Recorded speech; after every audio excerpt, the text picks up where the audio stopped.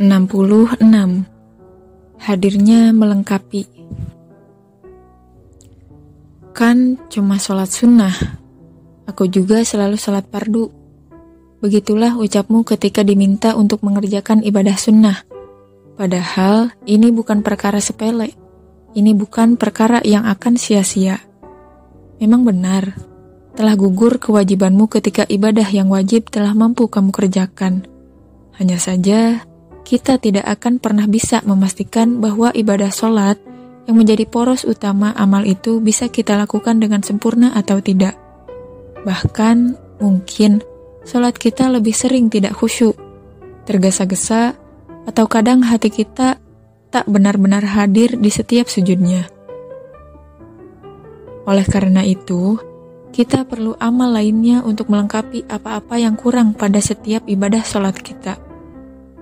Karena sholat adalah amal yang akan pertama kali dihisab. Sholat adalah penentu, baik di dunia maupun di akhirat. Di dunia, ia akan menjadi parameter atas baik dan buruknya diri kita. Di akhirat, ia akan menjadi parameter baik dan buruknya amalan kita. Sesungguhnya, amalan yang pertama kali dihisab pada manusia di hari kiamat nanti adalah sholat. Allah Azza wa Jalla berkata kepada malaikatnya, dan dialah yang lebih tahu. Lihatlah pada sholat hambaku, apakah sholatnya sempurna ataukah tidak. Jika sholatnya sempurna, maka akan dicatat baginya pahala yang sempurna. Namun, jika dalam sholatnya ada sedikit kekurangan, maka Allah berfirman, lihatlah, apakah hambaku memiliki amalan sunnah? Jika hambaku memiliki amalan sunnah, Allah berfirman, sempurnakanlah kekurangan yang ada pada amalan wajib dengan amalan sunnahnya. Kemudian amalan lainnya akan diperlakukan seperti itu. Hadis riwayat Abu Daud. Itulah mengapa kita memerlukan sholat sunnah agar yang kurang bisa menjadi sempurna. Jangan sampai saat diri kita menghadap Allah dengan membawa amalan yang cacat, sedangkan amalan sunnah untuk melengkapinya kita tidak ada. Hingga surga yang telah berada di depan mata gagal untuk kita masuki karena timbangan keburukan kita lebih berat daripada timbangan kebaikan yang kita miliki. Itulah akhir yang paling merugi. Na'udzubillah. 67. Yang tak akan pernah kembali. Ketika sholat sunnah qobliyah subuh terlewatkan, maka kita telah kehilangan sesuatu yang lebih besar daripada dunia dan seisinya. Ketika sholat tercatat sebagai masbuk, maka ia tak akan bisa diulangi lagi. Setiap satu hari terlewatkan tanpa membaca Al-Quran, tanpa sholat malam, tanpa sholat duha, tanpa bertambah satupun kebaikan di diri kita, maka ingatlah, hari itu tak akan pernah kembali lagi. Oleh karenanya, perhatikan betul bagaimana urusan akhirat kita. Jangan sampai kepada urusan dunia kita bersemangat luar biasa, tapi kepada urusan akhirat kita berleha-leha. Ada sebuah kisah yang luar biasa tentang sahabat Nabi Muhammad dalam memperhatikan urusan akhiratnya, yaitu kisah Umar bin Khattab.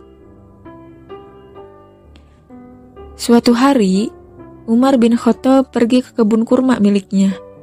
Pada saat pulang dari kebun kurmanya, ia mendapati sejumlah orang sudah selesai melaksanakan sholat asyar. Umar bin Khattab sontak berucap, Inna lillahi wa inna ilaihi raji'un. Aku ketinggalan sholat jamaah. Umar bin Khattab kecewa bukan main, sebab tak sempat melaksanakan sholat berjamaah dengan mereka. Untuk melunasi rasa bersalahnya, Umar bin Khattab pun membuat sebuah pengumuman di hadapan orang-orang. Saksikanlah, mulai sekarang aku sedekahkan kebunku untuk orang-orang miskin. Umar bin Khattab merelakan untuk melepas kebun kurma miliknya karena keterlambatannya menunaikan sholat berjamaah. Kisah ini diriwayatkan Abdullah bin Umar.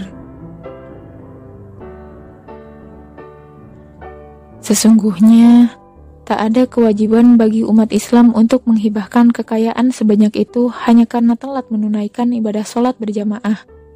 Namun, Umar bin Khattab melakukan hal tersebut karena kecintaannya yang mendalam terhadap ibadah. Sikap Umar bin Khattab ini mencerminkan sifat zuhud yang ada di dalam dirinya. Peristiwa tersebut menjadi penanda bahwa hatinya tak terikat dengan kemewahan dunia. Maka perhatikanlah bagaimana sikap kita ketika kehilangan urusan dunia, dan bagaimana sikap kita kehilangan urusan akhirat. Itu akan mengukur di mana kita meletakkan hati kita, kepada dunia atau akhirat. 68. Istiqomah itu. Istiqomah itu seperti Sa'id bin Musayyib yang tak pernah tertinggal takbir pertama. Ia pun tak pernah melihat punggung jamaah karena ketika sholat, ia selalu berada di syaf terdepan selama 30 tahun lamanya. Istiqomah itu seperti Abdullah bin Ummi Maktum yang matanya buta, tapi ia selalu datang sholat berjamaah di masjid. Ia tetap datang ke masjid meskipun cuaca dingin ataupun panas.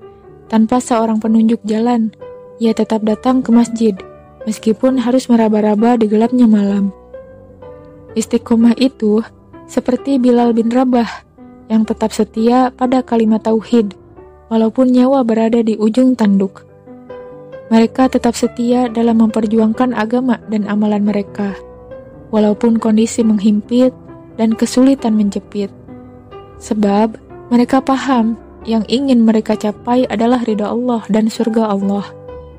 Dan apalagi yang dapat mendekatkan mereka kepada apa yang ingin mereka capai, kecuali keistiqomahan dalam beribadah dan keimanan.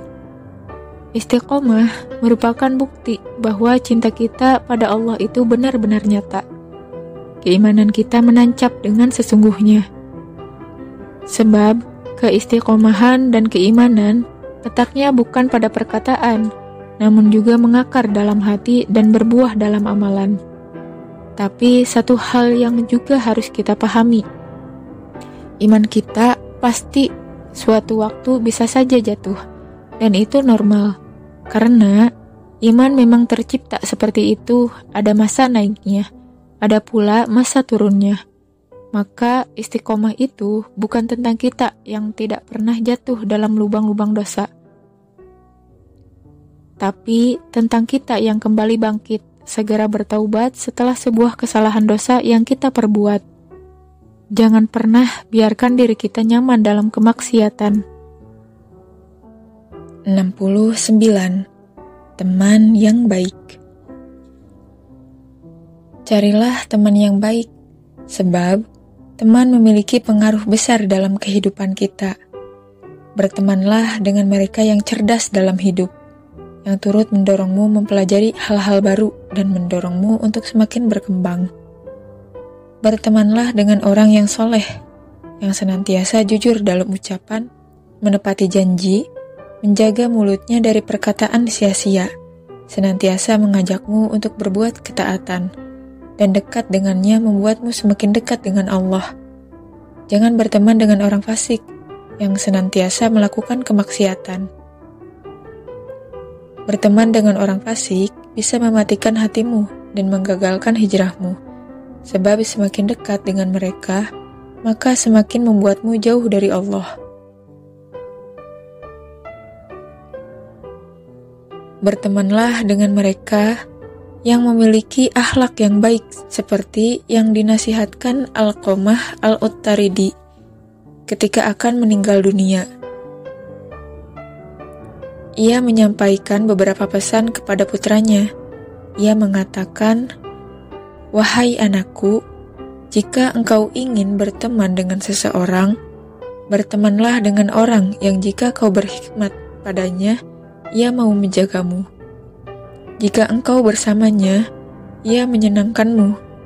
Dan jika engkau sedang mendapatkan kesulitan, ia mau membantumu. Bertemanlah dengan orang yang jika kau ulurkan tanganmu, memberikan, maka ia juga mengulurkan tangannya untuk menerimanya. Jika melihat engkau berbuat baik, ia akan mendukungmu, dan jika melihat engkau berbuat buruk, ia akan mengingatkanmu dengan cara yang baik. Bertemanlah dengan seseorang yang akan membenarkan apabila engkau berbicara, yang akan membantumu apabila memerlukan sesuatu, dan bersedia mengalah apabila kalian bertentangan tentang sesuatu. Namun begitu, kita tak bisa hanya menuntut orang menjadi teman baik.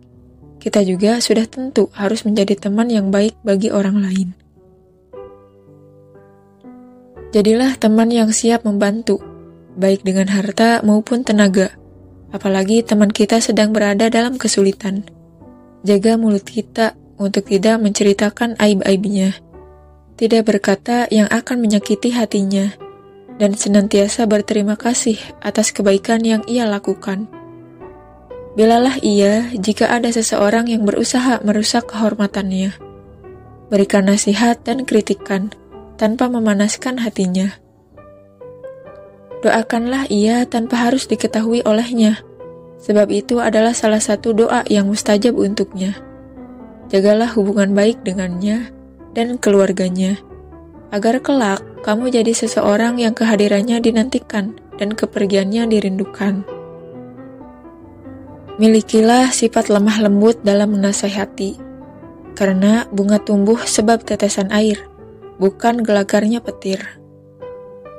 Yang sering kita lupakan.